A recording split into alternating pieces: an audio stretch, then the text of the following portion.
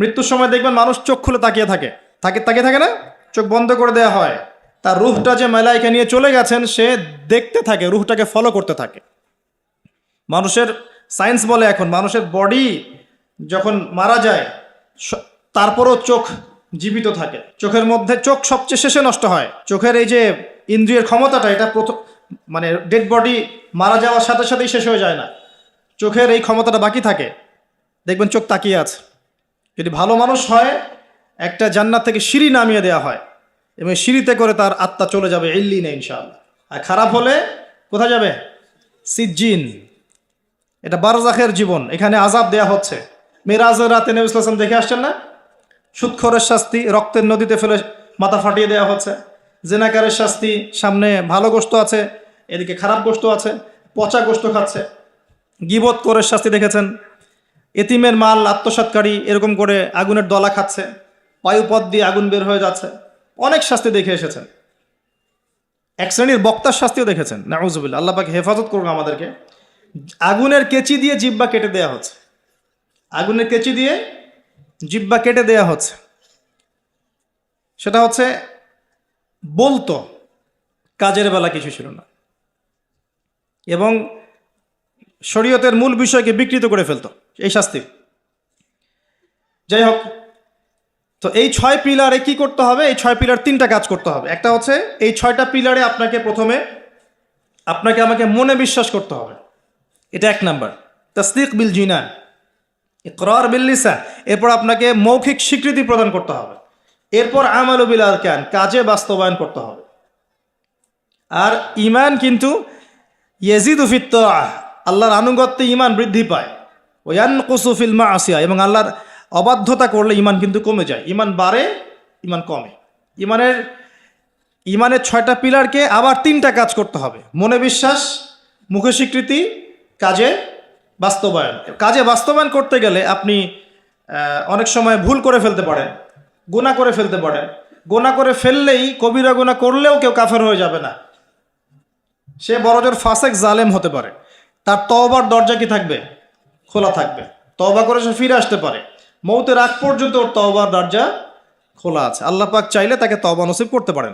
এই জন্য কেউ কবিরা গুনাহ করলেই তাকে কাফের মনে করার কোনো সুযোগ নেই। আমরা ঈমানের 6 পিলারে বিশ্বাস করব, মৌখিক স্বীকৃতি দিব, মনে বিশ্বাস করব, কাজে বাস্তবায়ন করব। কাজ করতে গিয়ে যদি ভুল ত্রুটি হয়ে যায়, কবিরা গুনাহ হয়ে যায়, তওবা করে ফিরে আসার সুযোগ আছে।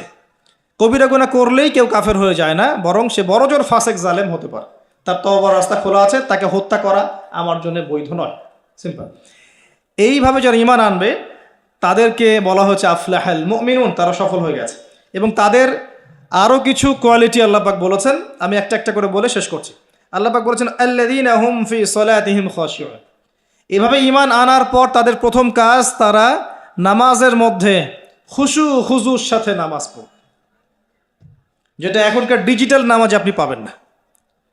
খুশু খুজুর সাথে নামাজের কয়েকটা শর্ত: ওয়াক্ত ঠিক থাকতে হবে, নামাজের পদ্ধতি ঠিক থাকতে হবে, নামাজের ধীর স্থিরতা বজায় থাকতে হবে।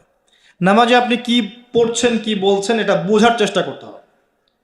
এই জন্য আমি কিছু টিপস আপনাদেরকে এর আগেও দিয়েছি, আবার বলছি। এটা আমি ব্যক্তিগতভাবে উপলব্ধি করেছি যে নামাজের মধ্যে যদি আপনি প্রতিদিন প্রতি ওয়াক্তে একই সূরা পড়তে থাকেন, মনোযোগ কমে যাবে।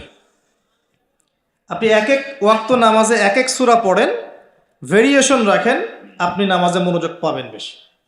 এটা একটা টিপস। একটা টিপস হচ্ছে নামাজে যা পড়ছেন, আল্লাহু আকবার থেকে আসসালামু আলাইকুম রহমতুল্লাহ পর্যন্ত প্রতিটা শব্দের অর্থটা জানার চেষ্টা করেন এবং ওই অর্থের দিকে মনোযোগ দেন। আপনার নামাজে মনোযোগ এদিক ওদিকে যাবে না ইনশাআল্লাহ। নামাজ যে ইমাম পড়াবে তাকে স্বাধীনতা দেন, ধীর স্থিরভাবে ওকে নামাজ পড়াতে বলেন এবং যিনি ইমামতি করবেন তার তেলাওয়াতটাকে অত্যন্ত সুললিত করার চেষ্টা করেন। সুন্দর তেলাওয়াত শুনলে মনোযোগ বেড়ে যায়, খেয়াল করে দেখবেন। তারাবির নামাজে সুন্দর তেলাওয়াত থাকলে দেখবেন মনোযোগ এদিক ওদিক যাচ্ছে না। এবং দুনিয়াবি কাজগুলোকে ফারেক হয়ে নামাজ পড়তে আসেন, মাথায় 10টা কাজ নিয়ে নামাজ পড়তে আসবেন না, রিল্যাক্সে নামাজ পড়েন। এবং নামাজের সময় আশপাশের শব্দ যেন না হয় খেয়াল রাখেন।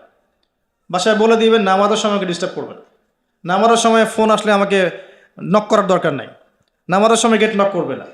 মানে নামাজটাকে আপনি সর্বোচ্চ গুরুত্ব দেন। কারণ কি, এটা পড়ার জন্যই তো পৃথিবীতে এসেছে। ওয়ামা খালাকতুল জিন্না ওয়াল ইনসা ইল্লা লিয়াবুদুন, দুনিয়াতে আসছি কেন ভাই? আল্লাহর ইবাদত করতেই তো। তো এখানে এত তাড়াহুড়ার কি আছে? এরপর আল্লাহ পাক তো সহজ করে দিয়েছেন। আপনি মুসাফির হলে কসর করতে পারবেন, পারবেন না? মুসাফির হলে কসর করতে পারবেন। আল্লাহ পাক নামাজের যে আহকাম আরকানগুলো দিয়েছেন, এগুলোর মধ্যে নামাজের ফরজ, ওয়াজিব, সুন্নত, মুস্তাহাব যেগুলো আছে, ঠিকঠাক করে নামাজ পড়লে নামাজটা খুশু খুজুর সাথে হবে ইনশাআল্লাহ। আল্লাহ পাক আমাদের সবাইকে খুশু খুজুর সাথে 5 ওয়াক্ত নামাজি বানিয়ে দিন, আল্লাহুম্মা আমিন। আর মুকিম যারা থাকবেন, চেষ্টা থাকবে জামাত ধরার জন্য। এটা ব্যক্তিগত উপলব্ধি আমার। জামাতে সালাত পড়লে যেরকম মনোযোগ আসে, মনটা তৃপ্তি হয়, বাসায় নামাজ পড়লে সেটা হয় না। এটা হয় না।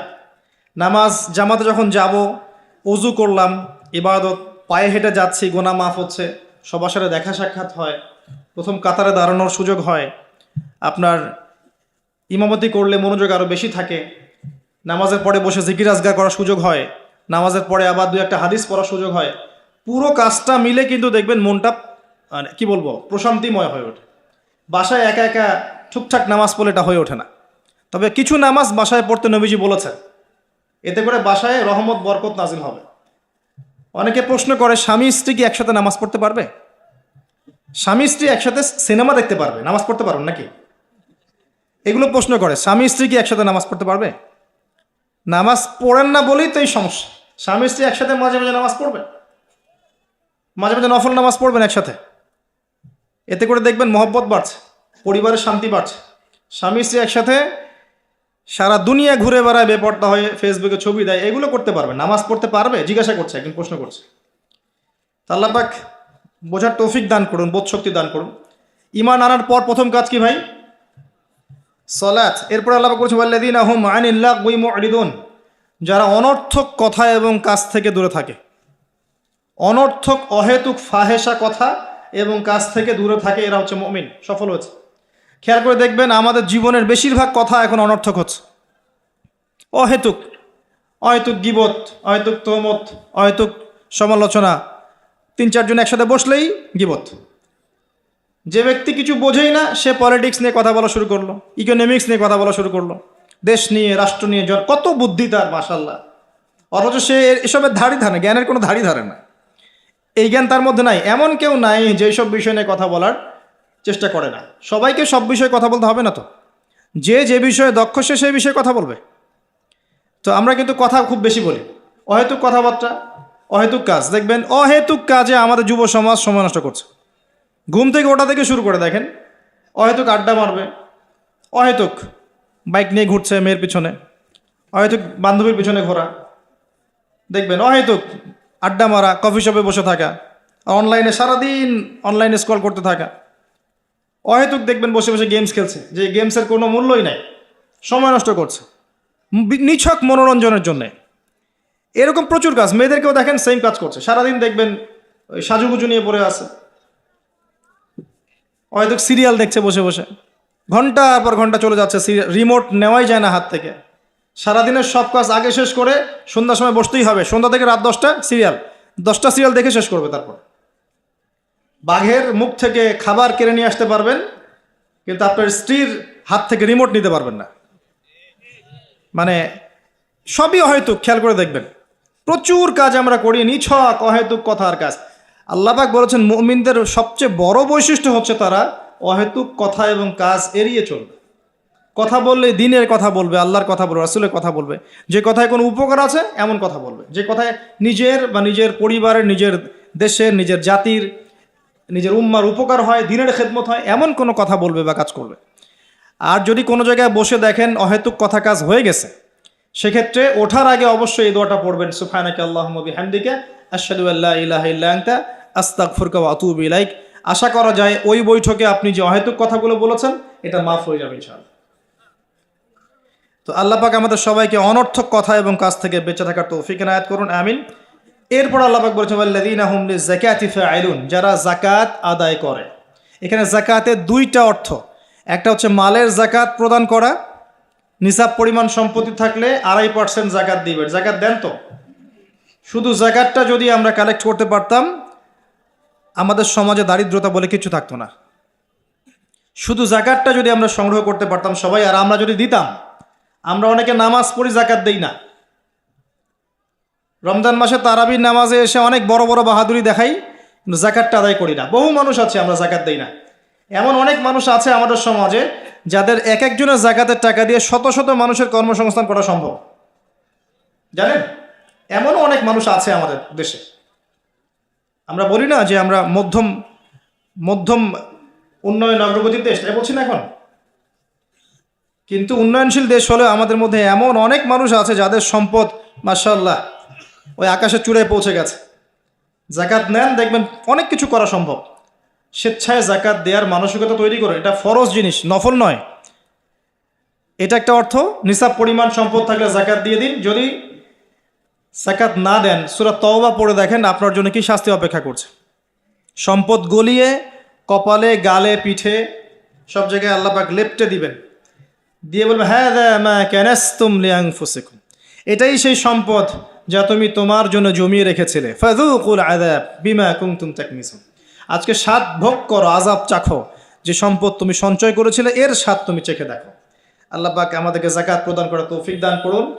আমিন। জাকাত এবং ইসলামিক ইকোনমিক্স নিয়ে আমি ইনশাআল্লাহ ডিটেলস কোন একটা লেকচার আলোচনা করবো ইনশাআল্লাহ। আরেকটা অর্থ হতে পারে জাকাতের, হতে পারে না এটা অর্থই, অন্যান্য অনেক ওলামায়ে কেরাম বলেছেন। এখানে জাকাত আরেকটা অর্থ হচ্ছে আত্মশুদ্ধি, মনটাকে পবিত্র করা।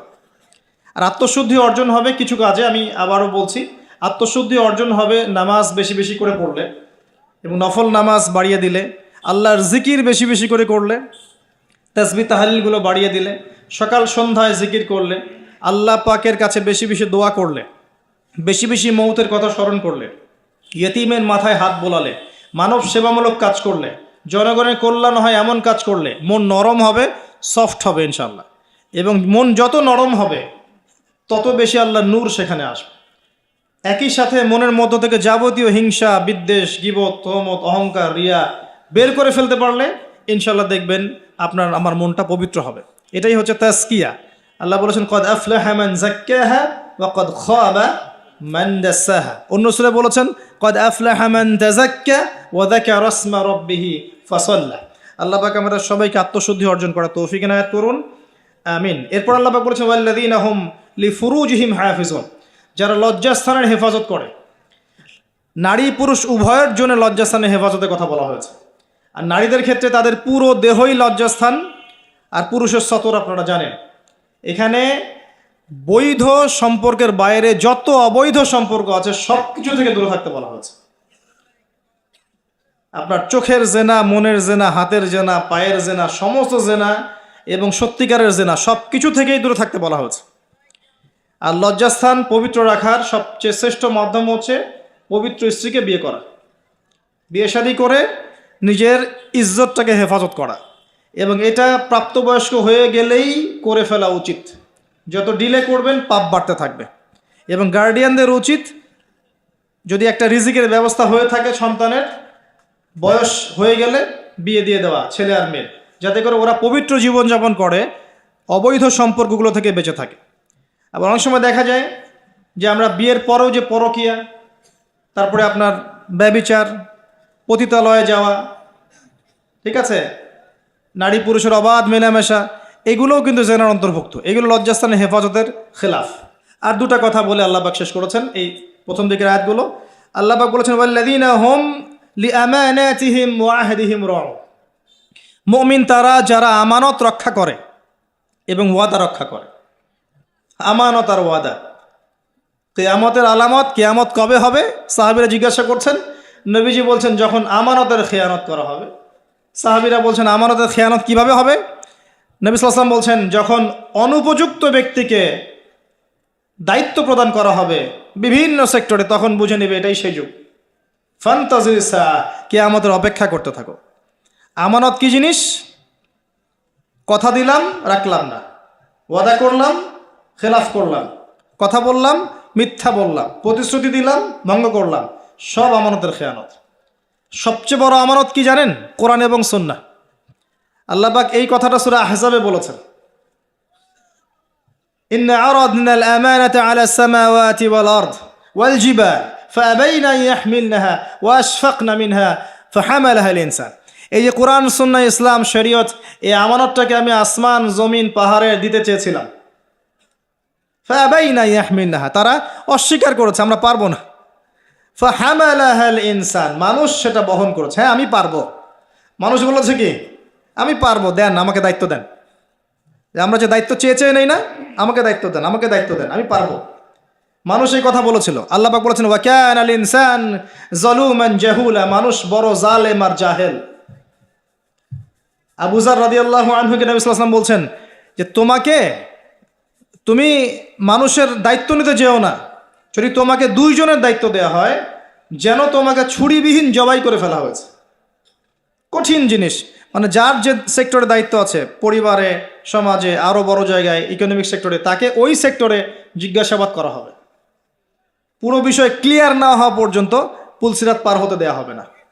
আর যদি দায়িত্ব পাওয়ার পরে তার দ্বারা খেয়ানত হয় এবং অন্যের উপর জুলুম হয়ে থাকে, তাহলে মাজলুমদেরকে দাঁড় করানো হবে যতক্ষণ না তাদের অধিকার ফিরিয়ে দেওয়া হয়। কিভাবে? একটা শিংওয়ালা ছাগল যদি একটা শিং ছাড়া ছাগলকে গুতা দিয়ে থাকে, তাহলে কিয়ামতের মাঠে আল্লাহ পাক ওই ছাগলটাকে শিং দিবেন, যাকে গুতা দিয়েছে ওকে শিং গজিয়ে দিবেন, দিয়ে বলবেন ওকে গুতা দিয়ে গুতার প্রতিশোধ নাও। এই হলো কিয়ামতের মাঠ। আল্লাহ পাক আমাদেরকে বোঝার তৌফিক দান করুন আমানত কি জিনিস, এবং ওয়াদা রক্ষা করার তৌফিক আল্লাহ পাক আমাদের সবাইকে দান করুন, আমিন। বক্তা এবং শ্রোতা সবাইকে আল্লাহ পাক আয়াতগুলোর উপর আমল করার তৌফিক এনায়েত করুন, আল্লাহুম্মা আমিন। সর্বশেষে গিয়ে আল্লাহ পাক আবারও সালাতের কথা বলেছেন, ওয়াল্লাযীনা হুম আলা সলাতিহিম ইউহাফিজুন, এবং যারা সালাতকে হেফাজত করে, রক্ষণাবেক্ষণ করে। আর 5 ওয়াক্ত সালাতকে রক্ষণাবেক্ষণ করে, একদিন 2 দিন পড়লাম ছেড়ে দিলাম এমন নয়, রমজান মাসে ভালো হয়ে গেলাম এমন নয়। যারা সালাতকে আমৃত্যু ধরে রেখেছে, আল্লাহ পাক এই মুমিনদের জন্য বলেছেন যে উলাইকা হুমুল ওয়ারিসুন, এরা হচ্ছে উত্তরাধিকারী। কারা উত্তরাধিকারী? যারা প্রথমে ঈমান এনেছে, তারপরে সালাত খুশু খুজুর সাথে আদায় করেছে, তারপরে লজ্জাস্থানের হেফাজত করেছে, যাকাত প্রদান করেছে, আত্মশুদ্ধি অর্জন করেছে, আমানত রক্ষা করেছে, ওয়াদা পালন করেছে এবং সালাতকে হেফাজত করেছে, অহেতুক কথা কাজ ত্যাগ করেছে। এই মুমিনদেরকে আল্লাহ পাক বলেছেন এরা হচ্ছে উত্তরাধিকারী। কিসের উত্তরাধিকারী? ওয়াল্লাযীনা ইয়ারিসুনাল ফিরদাউসা হুম ফিহা খালিদুন, এরা হচ্ছে জান্নাতুল ফিরদাউসের উত্তরাধিকারী এবং তারা সেখানে চিরস্থায়ী হবে ইনশাআল্লাহ তাআলা। আল্লাহ পাক আমাদের সবাইকে ঈমানের এই সমস্ত স্তরগুলোকে অতিক্রম করে জান্নাতুল ফিরদাউস পাওয়ার তৌফিক এনায়েত করুন, আমিন।